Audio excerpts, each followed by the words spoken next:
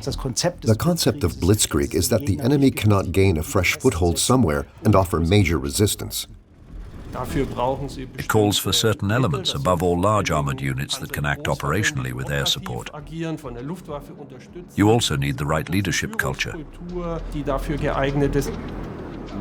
Militarily, the focus is usually on the enemy's capital. To win the war, you have to take it.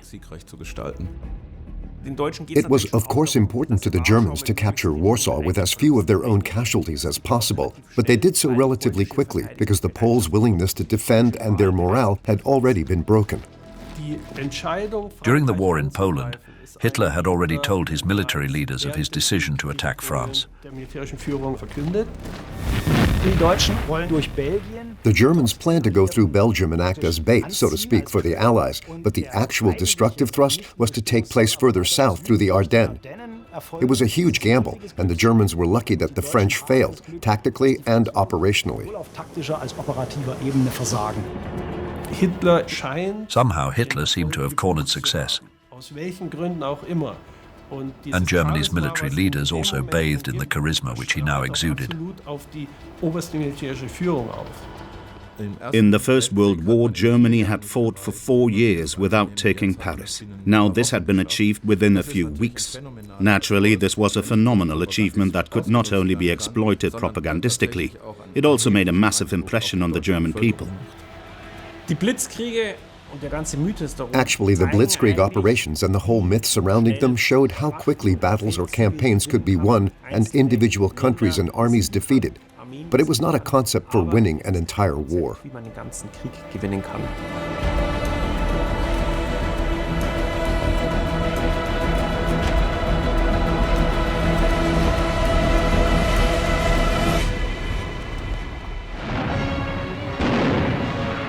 German tanks head westward in the Battle of France in 1940. These scenes were reconstructed for the first Nazi documentary film in color. The artillery attacks glorified Germany's victory over its arch-enemy in the West as the success of a supposedly revolutionary military strategy. The Blitzkrieg concept is actually an old concept of the German General Staff. It is mobile warfare. The Germans had always had far too few resources to endure a long war, so the concept developed that a battle of annihilation had to be fought, and that was only possible by overrunning the enemy in a mobile war.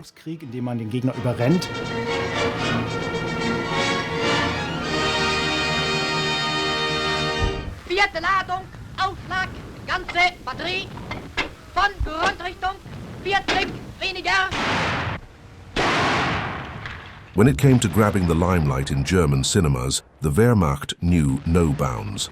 An entire village was expertly reduced to rubble for the cameras. Extras had to wear captured French uniforms. This was obviously not original footage from the campaign in France, where such scenes would have been too difficult and too dangerous to film.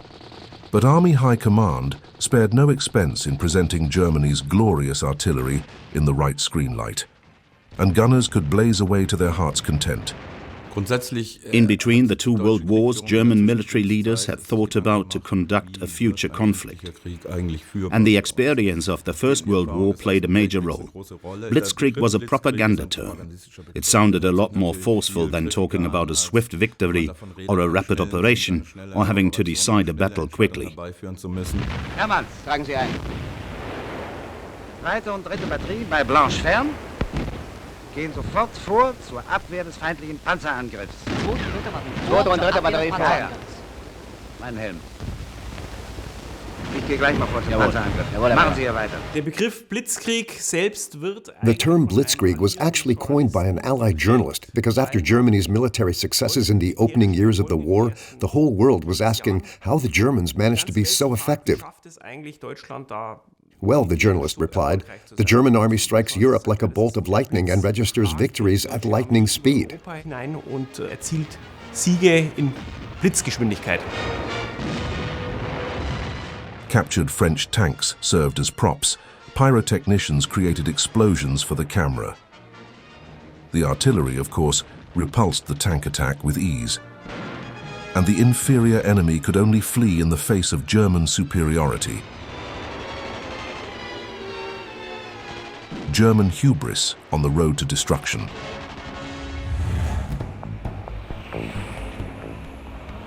Berlin, early January 1939. A New Year's reception for Hitler in the Chancellery. The Führer finally wanted to launch the war the Munich Conference had prevented him from waging in 1938. The efforts to maintain peace by Europe's major powers could not deter him from his original plan. In reality, for Hitler, the peaceful expansion of the German Reich from 1938 was designed solely to strengthen his own and Germany's power base. The real new order was to come through war. If you look at National Socialist ideology, which was built on battle and survival and on conflict between races, it was actually just a logical step for this new order in Europe to be introduced by force of arms. This rude awakening was not long in coming. Following the annexation of the Sudetenland, Hitler wanted to dismantle Czechoslovakia. On March 15, 1939, 60,000 German troops occupied what remained of Czechoslovakia in just a few hours. The parade on Wenceslas Square in Prague was humiliation for the Czech nation. Hitler had deliberately broken the Munich Agreement. Swine was the word he used to describe the negotiating partners from Great Britain and France who had thwarted his plans for war back then. In visiting Prague Castle, Hitler made it unmistakably clear that there would be no further peace conferences. Poland and the Nazi regime enjoyed good relations. In March 1939, Foreign Minister Joachim von Ribbentrop traveled to Warsaw. Hitlers Verhältnis zu Polen schwankt sehr stark.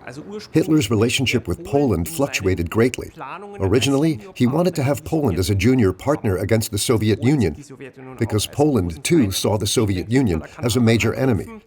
So Hitler thought this was something he could utilize. But when the Poles hesitated, Hitler realized that he could not take Poland as a junior partner.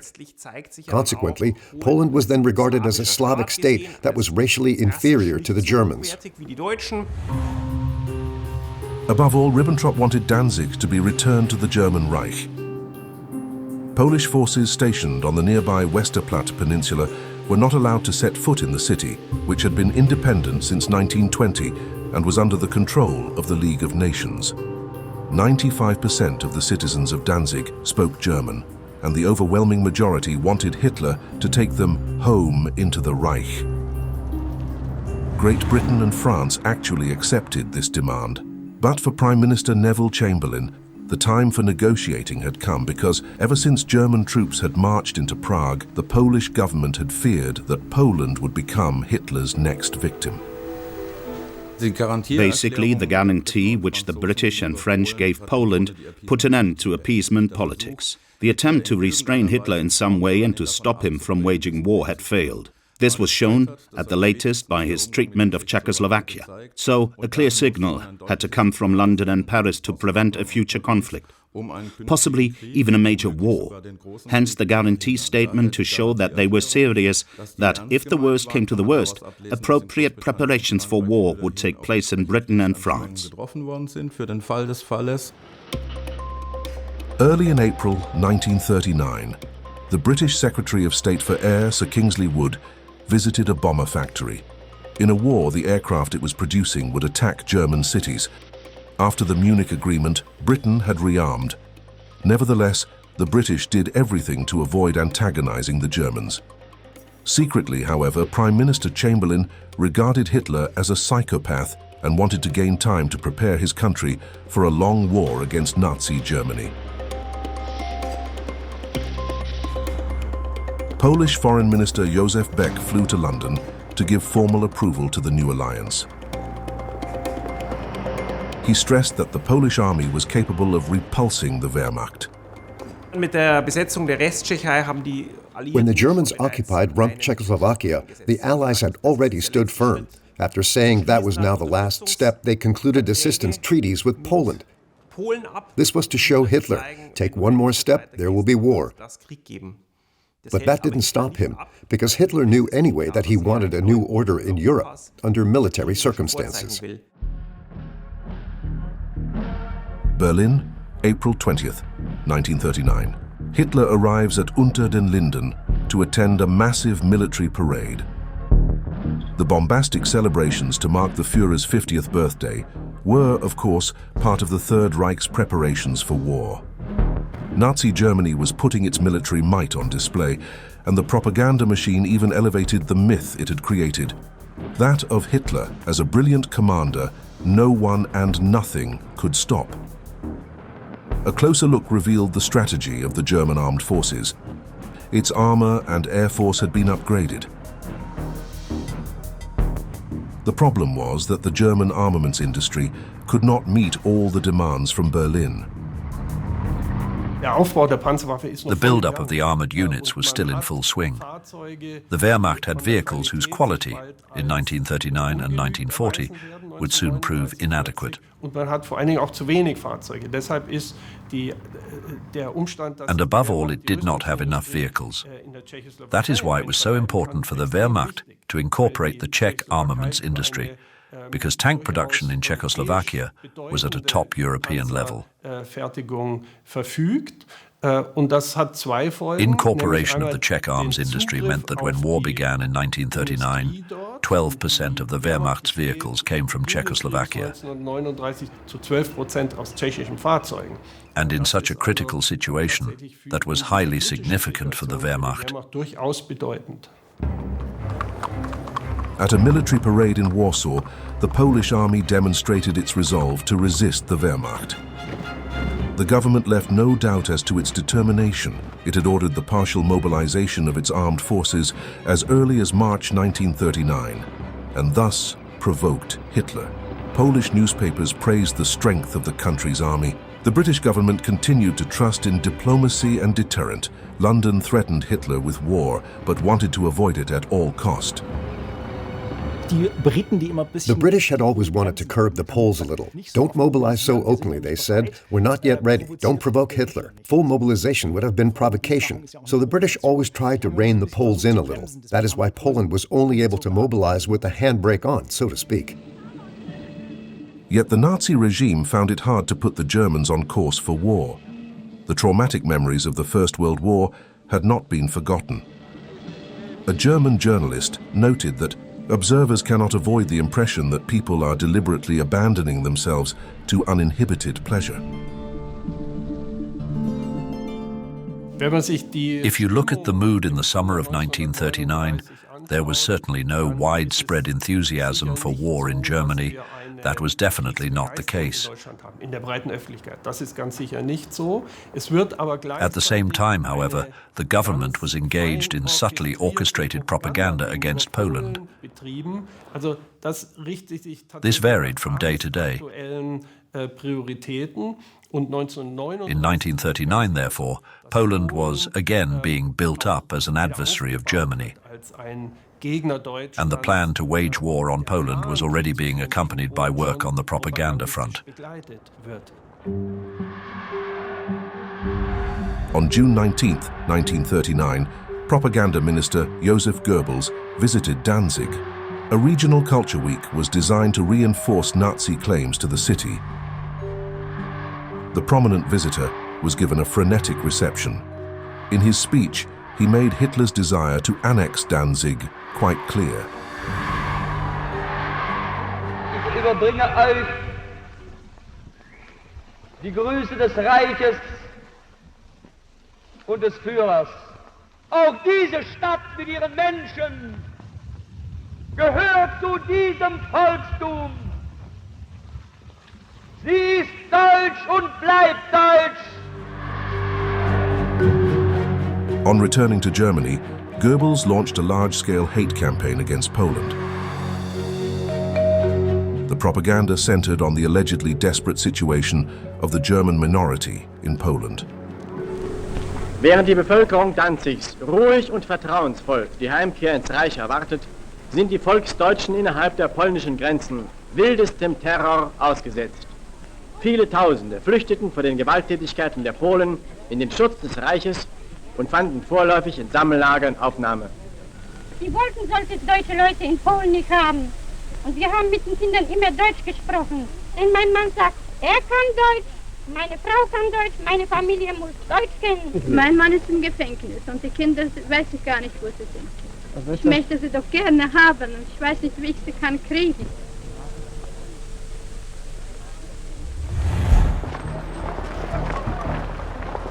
During the summer, Hitler withdrew to Bavaria and only occasionally appeared in public. Meanwhile, plans for the invasion of Poland were in full swing.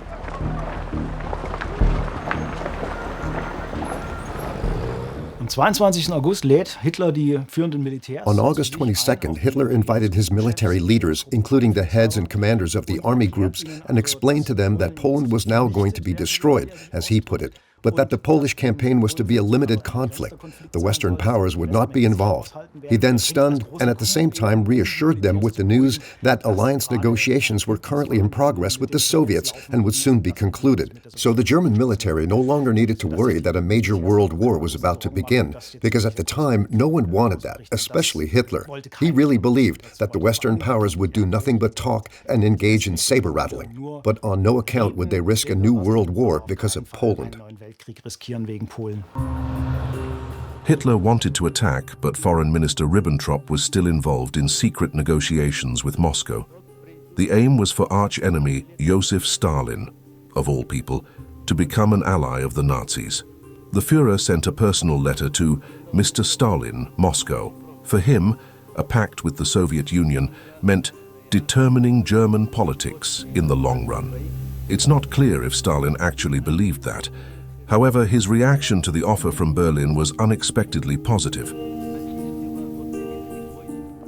On the Berghof on August 16, 1939, Nazi leaders congratulated Hitler on his 25th military jubilee. Joachim von Ribbentrop personally brought the good news from Moscow. Naturally, the pact between the Third Reich and the Soviet Union, which was signed on August 23, 1939, laid the foundation for the German invasion of Poland. It meant that Hitler could at least be sure of no resistance from Stalin and the Soviet side, that the Russians would not attack Germany. That could now be forgotten. It meant he had a free hand, but so too did Stalin. On August 22nd, Foreign Minister Ribbentrop flew via Königsberg to Moscow. He had with him the draft of a non-aggression pact. In negotiations, agreement was quickly reached on the final details. A secret supplementary protocol divided up Poland between Germany and the Soviet Union. The Red Army would occupy the east of the country. The German-Soviet non-aggression pact, and especially the secret supplementary protocol, smoothed Hitler's path to war. It was precisely what he had been waiting for. Now, with this Hitler and Stalin pact, it was clear that the Soviet Union did not constitute a threat to the German Reich. On the contrary, the two dictators were working on the destruction of the Polish state. Finally, the German delegation was received by Stalin himself. The Soviet leader had every reason to be satisfied. He was also promised Finland, the Baltic states of Estonia and Latvia, and Bessarabia. In his toast, he said Hitler was one hell of a fellow.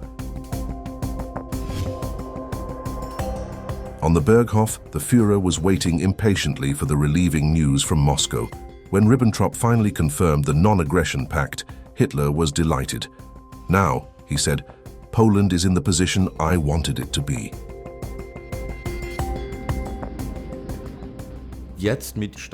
Concluding an alliance with Stalin was, of course, a coup that was successful in two ways. Militarily, because it prevented a war on two fronts, and politically, because the Allies in the West were shocked. This was something they hadn't expected. To pull the Soviet Union over to their side, a Franco-British delegation had also traveled to Moscow. But they were diplomats who did not have the authority to sign a treaty. They did not even get to see Stalin and returned home empty-handed. In maneuvers, the French army showed its strength. A plan even existed for it to march straight into Germany's Ruhr district in the event of war. Für die Deutschen ist es klar, sie müssen Polen relativ schnell besiegen. The Germans knew that they had to defeat the Poles relatively quickly, because at the same time to the west of the Reich, they were facing the French. But there they could only deploy second-rate units, because the mass and indeed the elite of the German army and air force was engaged in Poland.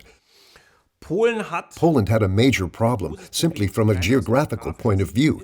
Strategically, it was already as good as encircled even before the war began. What is more, the Polish army considerably overestimated its own ability. Poland published maneuver footage, which was also shown in Britain and France. What the pictures could not hide was the lack of equipment and a modern strategic concept. In the meantime, Polish customs officials on the Danzig city boundary had been issued with arms. Foreign Minister Joseph Beck thought that Hitler needed to be faced with grim determination. The message was that Poland would defend itself and on no account just hand over Danzig to the Germans. Militarily, the Wehrmacht was superior to the Polish army in many ways, in men and material. But I don't think that was so decisive. We should always remember that these armies consisted of conscripts who, 4 weeks earlier perhaps, had been civilians. They were then put in uniform and first had to learn what war meant. And that also has to be taken into account with regard to the military leadership. We are not talking about professionals who had already fought in many wars and could thus rely on recent comprehensive experience of warfare. No, these armies first had to learn what it meant to wage war. On the evening of August 24th, 1939, Nazi television broadcast a documentary on soldier comrades, Open Day at the Großdeutschland Guards Regiment in Berlin. First and foremost, the Hitler Youth was mobilized. It had been preparing for action for years. Alle herhören! Ich begrüße Sie heute zu unserer Veranstaltung zur Werbung von Freiwilligen für die Luftwaffe als unsere künftigen Soldaten. Sie werden heute in einer der schönsten Kasernanlagen, die wir hier in der Nähe von Berlin haben, sich einige Stunden aufhalten und werden da Vorführungen zu sehen bekommen, nachrichtentechnischer Art. Hitler had planned to attack Poland on August 26th, the day before an armored infantryman took this amateur footage near the border with Poland. 54 German divisions with 3,600 armored vehicles and around 1.5 million troops were on standby. Initially, German military plans provided for a classic pincer movement. 2 large army groups advancing in the south from Silesia and Slovakia, and in the north from Pomerania and East Prussia towards Warsaw and the Vistula, would encircle the mass of the Polish army in a large pincer movement. Die Masse des polnischen Heers einschließen sollen. The Polish military leadership aided this plan by moving its troops relatively close to the border. In other words, this deployment of the Polish forces actually benefited the Germans. Kommt den Deutschen eigentlich entgegen. On August 25th, 1939, Danzig was also preparing for military conflict. The Nazis had created an SS Home Guard of about 1,500 men. These armed thugs were supposed to defend the city from attack by Polish forces. In the morning, the German warship Schleswig-Holstein entered Danzig harbor. The Schleswig-Holstein was one of the few warships the Treaty of Versailles had allowed the German Reich to keep. It was almost cynical for the Schleswig-Holstein, of all ships, to be sent into Danzig Bay. After all, it was supposed to be on a voyage of friendship and peace. But the vessel already had Wehrmacht troops hidden in its hold, because the plan was for it to shell the Westerplatte Peninsula and thus fire the opening shots of the war against Poland. In the meantime, Hitler had arrived at the Chancellery. At 3 p.m. he issued the order to attack, but Germany's Italian allies suddenly decided that they did not want to participate after all. At 7 p.m., Hitler called a stop to everything. The days immediately preceding the invasion of Poland were marked by repeated postponement of the German assault. The German plan was clear. There was going to be an invasion. The only question now was whether this would take place a few days sooner or later. Even so, in this phase, Hitler was afraid that, as he put it, some swine might put forward another peace treaty. He was worried that on the foreign policy front, someone would get in his way. He wanted war. On August 26th, Neville Henderson, the British ambassador in Berlin, returned to London. This time, the British were not prepared to accommodate Hitler in any way whatsoever. For his part, the Führer threatened to accept the possibility of war with the Western powers. For weeks, the leader of the SS, Heinrich Himmler, had been planning actions that would give Hitler a reason to declare war on Poland. The head of the security police, Reinhard Heydrich, had prepared everything.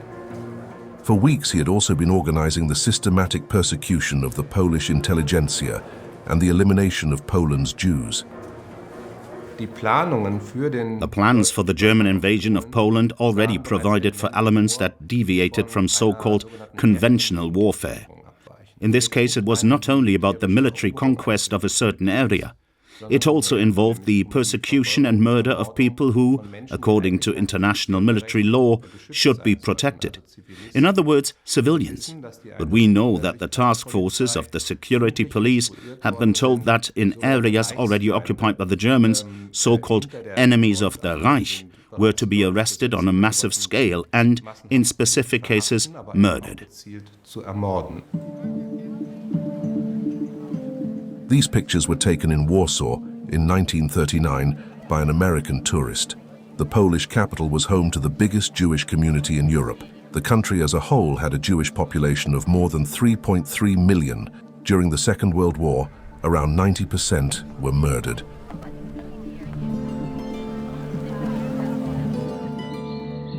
The new date for the attack was September 1st. The evening before, a special SS unit had attacked the German broadcasting station at Gliwice in Silesia. The men wore Polish uniforms. Listeners to the radio station heard a call for action against foreign domination by Germans. This was the reason to attack which Hitler had ordered. The Gliwice broadcasting station was one of many actions designed to create a propagandistic reason to attack Poland. The fact that in the end it was Gliwice was simply because the other actions were even less successful. And even Gliwice was a totally amateurish operation. Everyone could see through it. But that didn't matter. The next day Hitler said, in the end the winner will decide whether or not that was an adequate reason. He knew full well that it was all so transparent. But the Westerplatte Peninsula was something totally different. Danzig Harbour on the morning of September 1st, 1939. Stationed on the nearby Westerplatte Peninsula was a Polish garrison. Nazi radio broadcast live. Das Linienschiff Schleswig-Holstein wird in wenigen Sekunden den Feuerkampf auf die Westerplatte eröffnen. At 4:47, the warship fired the first salvo. The Second World War began with a lie.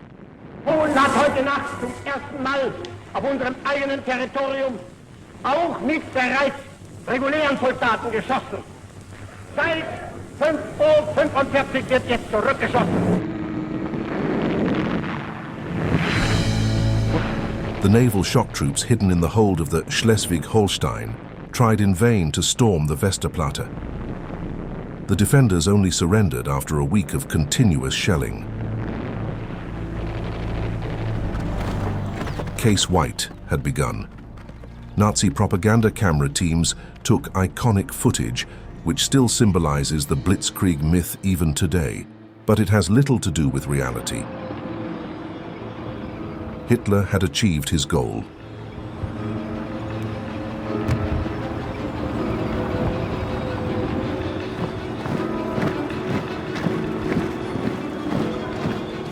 Everything was going according to plan. Die Wehrmacht war der polnischen Armee zahlenmäßig The Wehrmacht was clearly superior to the Polish army, both in men and material. The Poles were, in fact, confident that although they might not be able to defeat the Germans, they could resist them long enough for the Western Allies, the British and the French, to enter the war and relieve the pressure on the Polish front. In den Krieg eintreten und die polnische Front entlasten können. On September 1st, nearly 2,000 German Air Force planes were also operational and ready to attack Polish cities. The raids also killed thousands of civilians, in the small town of Wielen, for example, which was attacked by dive bombers. In a surprise attack in the early morning, the Germans had occupied public facilities in the free city of Danzig, which since 1920 had been under the control of the League of Nations. But around 50 Polish civil servants had dug in at Danzig post office. The defenders had received arms and ammunition from Warsaw several weeks before. They were to hold the position until the Polish army arrived. But the brave men were fighting a losing battle. When the Germans set fire to the building, the remaining defenders gave up. They were sentenced to death by court-martial and executed. The 6th Tank Regiment left its positions in Trans-Pomerania and also entered northern Poland. As an American journalist commented later, the Wehrmacht advanced with the precision of a steamroller. Polish armored units that confronted the invaders were eliminated.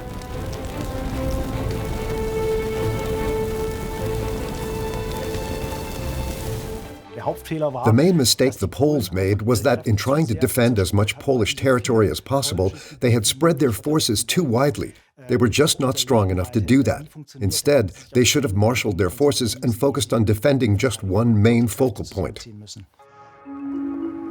France had also signed an assistance treaty with Poland. Prime Minister Édouard Daladier ordered mobilization. Hardly anyone believed that France and Great Britain really would sacrifice the lives of their troops for Danzig. Hundreds of thousands of Frenchmen responded to the call to arms, hoping that this time too it would be a false alarm. The governments in Paris and London demanded that Germany withdraw its troops from Poland and gave Hitler an ultimatum. It remained unanswered. War was now inevitable. 2 Tage nach Beginn des deutschen Überfalls 2 days after Germany invaded Poland, France and Britain both declared war on the German Reich. It was thus clear that this was not going to be just a local conflict, but a European war. In the days that followed, Commonwealth countries like Canada, Australia, and so on also declared war on Germany. So at an early stage, it became evident that the war could, and probably would, assume a global dimension. But the problem now, especially from the Polish point of view, was that the French and the British were not taking any military action to relieve Poland. They continued to sit on the border instead of attacking the German Reich. An der Grenze sitzen und greifen nicht das Deutsche Reich an. Air raid alarm in Paris. The French were afraid of German airstrikes, so they practiced seeking refuge in shelters and using gas masks. The people were far from enthusiastic about the news that mobilization had been ordered. The guarantee of assistance that had been given to Poland made a declaration of war politically inevitable.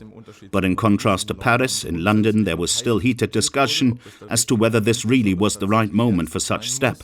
Most people, however, said that Hitler had already been given numerous chances. If we let him get away with it, this time, they reckoned, he'll never toe the line. We have to go to war. But that first meant getting British troops across the Channel to mainland Europe. Units of the British Expeditionary Force saying their farewells on the British Channel island of Guernsey. Just like in the First World War, the British and the Canadians would come to the help of the French if the Germans really did attack in the west as well. Initially, 6 divisions were dispatched to the continent. 9 others would follow. But even so, the Western powers did nothing to help Poland.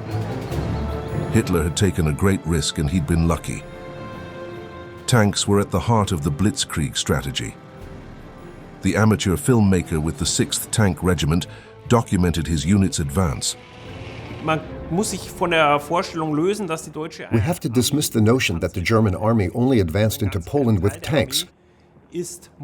Only a very small section of the army was motorized or even armored. Time and again, however, it was these units which decided battles. So what we have here is an army with a small elite and a large mass of infantry, which was not necessarily always decisive on the battlefield. The German tanks had a massive advantage in that they were equipped with radios, so tank commanders could communicate with one another and take swift decisions on the battlefield. The coordinated Wehrmacht thrusts put the Polish armed forces under huge pressure. On September 6th, the 10th Army broke through the Polish defensive front in depth. The concept of Blitzkrieg always conjures up this concept of huge tank units swarming through a country. The truth is that 90% of the Wehrmacht consisted of uniformed pedestrians of middle age. It was a large, conscripted army that had been made mobile. But at the most, the actual mechanized spearheads accounted for just 10% of the German armed forces. On September 5th, the chief of the General Staff, Franz Halder, was certain that the enemy is as good as defeated. But bloody battles still took place, with the Germans too suffering many casualties. The army which attacked Poland had no battle experience. Its soldiers encountered violence and saw corpses for the first time, irrespective of whether they were Polish or German. Before then, that had not been part of everyday life for these men. So they had to get used to violence. But they had already been shaped ideologically. The young generation of conscripts had, of course, spent 5 years with the Hitler Youth. So this was a generation that had already been shaped ideologically. Even before the campaign, Hitler had said his goal was to obliterate Poland. Franz Halder noted, clearance measures, Jews, intelligentsia, clergy, nobility. The security police began with the purging that had been planned. In the towns and villages that had been captured, they seized card indexes of the inhabitants to determine who might be dangerous. Naturally, lists identifying the Jewish inhabitants of these places were also confiscated immediately. And in addition to securing this information, first and foremost, the security police task forces were ordered to persecute those who were to be seen as enemies of the Third Reich. The Wehrmacht received no orders instructing soldiers to murder civilians. But agitators warned young troops in particular about the Jewish population. Resistance, they said, was to be expected everywhere and had to be met with drastic measures. Consequently, massacres were soon taking place. The following situation occurred in Konskier in September 1939. German soldiers had been killed near the village, and word spread amongst the men that somehow this had not happened in normal combat, that the men had been ambushed or shot by Polish partisans, even though there was no proof of this.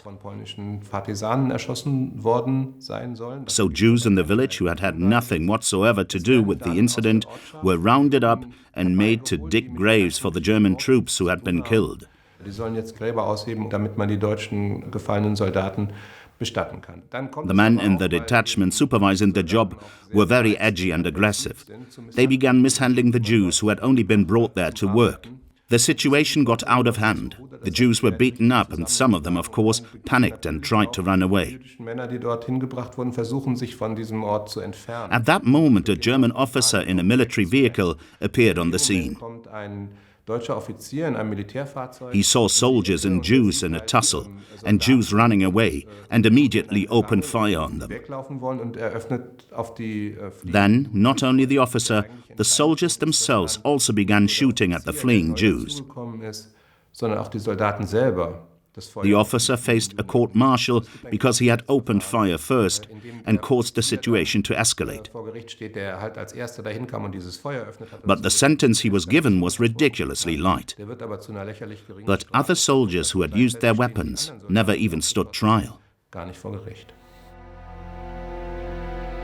Film director Leni Riefenstahl witnessed the massacre, in which 22 people were murdered. In her memoir, she claimed to have made a complaint to the Wehrmacht because of the incident, but that can no longer be checked because, as in most cases of this kind, there were no particular consequences.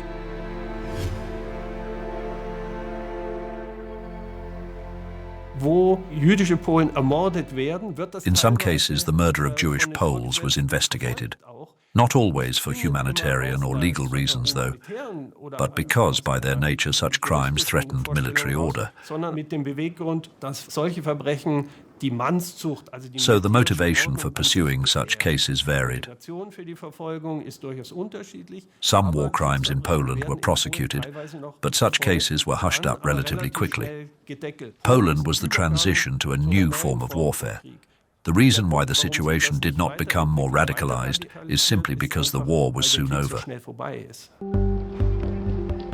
On September 8, 1939, a loudspeaker vehicle in Offenburg in Baden broadcast news of victories in Poland. The local daily press also printed special reports from Army High Command. The Germans were amazed that their fathers, husbands and sons had overrun Poland so quickly.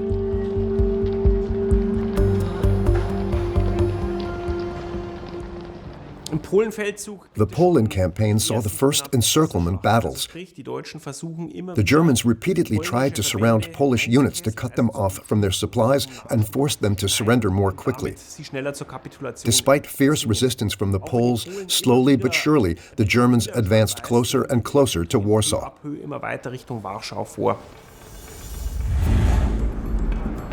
Hitler appeared close to the front, even though the campaign had only just begun. He was highly interested in the military achievements of his forces, although he rarely intervened in discussions by his generals. The war in Poland began with 2 flanking attacks, which initially were also relatively successful. The speed of the assaults also put most of the Polish army in a precarious position. The Poles were forced to retreat. However, along the Bzura River, west of Warsaw, a situation developed which was definitely critical for the Wehrmacht for several days. But in the end, the German army came out on top. The Poles resisted for several days, but on September 16, 1939, they had to accept defeat here, too. I think the Polish government already knew that the war was lost. It now had very little political scope left. All that remained was to flee the country and go into exile. That was clear at the very latest when the Red Army invaded from the east. There was no way the Polish army could survive against 2 adversaries. On September 17th, 1 million Soviet troops marched into eastern Poland to occupy the Russian sphere of interest outlined in the secret supplementary protocol to the non-aggression pact. Hitler now concentrated on taking the Polish capital. He had no feelings for its civilian population. In warfare, he said, "It is not who is about right, it is about who is victorious." He demanded a brutal approach and maximum severity. The Wehrmacht had to show no sympathy. Hitler wanted Warsaw to fall before the Soviets arrived because at the time the demarcation line was to be the river Vistula. How, he said, can we get Warsaw to surrender quickly? Various approaches were suggested. Some said by bombing it. At least we now have the chance to show how a city can be destroyed with bombs and fire. But others didn't think this was a good idea. They preferred to starve the Poles into submission. The Poles reckoned they could hold out. Barricades were erected in the capital in expectation of a German assault.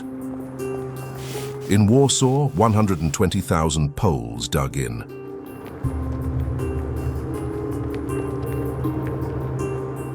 A decision now had to be taken. Was it to be urban warfare with high German losses or barbaric destruction from the air? Generalfeldmarschall Göring und Generaloberst von Brauchitsch begeben sich zum Führer, Bericht zu erstatten. Warsaw was encircled, and Hitler and Göring decided to force its surrender with bombing raids. That was justified, they said, because the Poles had called for their capital to be defended.